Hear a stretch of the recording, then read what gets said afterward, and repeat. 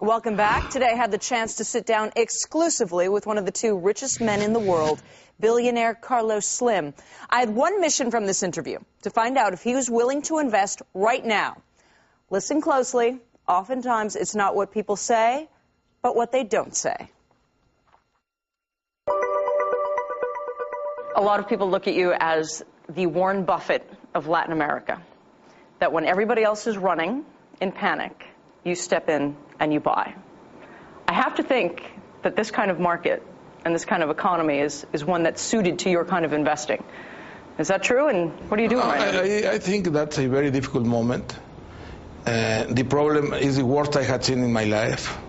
It's a financial pandemic that is affecting all the world. And I am very worried about the economic consequences, the real economy. Because now we have the problem in the financial economy.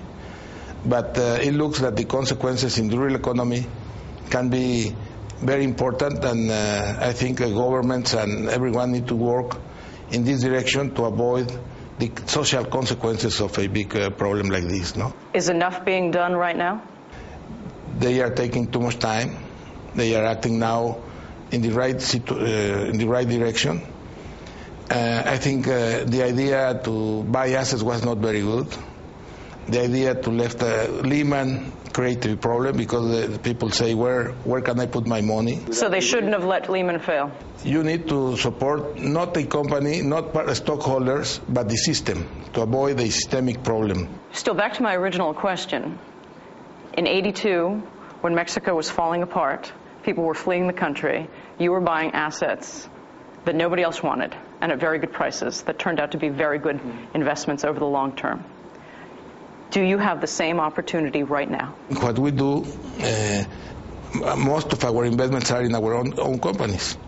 The companies we manage are in a healthy situation, but we also manage some investment funds, mostly Mexican paper. Now they are more open to invest outside. And these investment funds has a policy that when the markets are very low, they are heavy in equities. And when the markets are very high, doesn't matter that it go higher, the position of equities is very low. Let's say 35 or 40% in equities, and when the market is very low, they go 70 or 80% in equities. That's why they have moved in these parameters in some way. And have they been doing that as a result of the decline? No, now they are liquid. They are with a low position in equities, 40%, something like that. And by sure in the next years and months, especially in the next months or maybe in the next 2 years, we'll have a higher position in equities. You notice he never said yes. Yeah, he never said yes. He wouldn't say no, I'm not, but he would never go into over and over again. Warren Buffett says he's buying right now.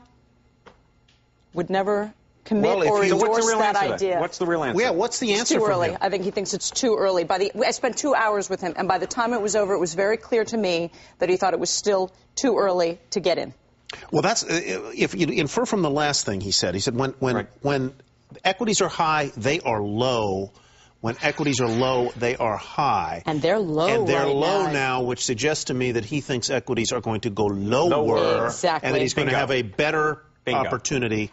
Well, and anywhere from 2 months to 2 years from now. Then that pits Buffett effectively against Slim, right? The two richest people in the world, and both have a very different view on the world. But the difference is that actually Warren Buffett's view is that you're still going to make money 5-10 years out. I think he's a bit more of a market timer. I think he likes to catch the bottom. He likes to think he can catch the bottom. Warren Buffett doesn't claim he can catch anything and just says, here, I'm going to go. And by the way, Warren Buffett, despite being as brilliant as he is, on a timing function, has never been brilliant. Yeah, that's not what he does. He goes in and he buys and he holds his Coca-Cola for 35 years. Now, Carlos Slim is one of the biggest holders of your company, Andrew. I'm very proud to say that we have a long-term investor in the company at 6.4%. Who's saying that we're going to have a future, not only a future, but a good future. Here's what he said about your employer. You recently took a big stake in the New York Times. Everybody knows the bad story. declining circulation, declining ad revenues. But you obviously see something there that made it worth investing in. Well, I think it's a great newspaper, the best of the world, a great brand. And when you say newspaper, it has been done like this. But the business is not paper. It's not a paper factory. It's a news factory. And the news are coming by other media. And they are very advanced managing content and news in the digital area. No? It's not that you think what is declining is the paper, not the news. News, information, content, well, that's the success of Google. That's the success of many companies that are moving to digital services. Mm-hmm. And I think New York Times is doing a good job in the digital information area. Are they going to be able to monetize it, though? Excuse me? Are they going to be able to monetize the digital version? I suppose. Well, it's a challenge. And it's a special challenge in this situation because it's not a normal situation. It's a difficult situation. There he's talking about the economy and the credit crisis. He's very worried about the economy. Right. But you see, you work at a news factory. I do work at a news factory. But you know what? For two things. He's endorsing it, and if you look at the price, and listen, I'm not an insider, and I don't want to be telling you to go out and buy the stock, but we're at $9.72. That's what the stock is trading at today. Puts us at a market cap of $1.4 billion. I can tell you digital companies that make less revenue than we do, that have a higher multiple. So you can do the math yourself, and at some point, this thing has to turn. Do you ever go home and tell your folks, I'm just really a factory hand, I work in a factory?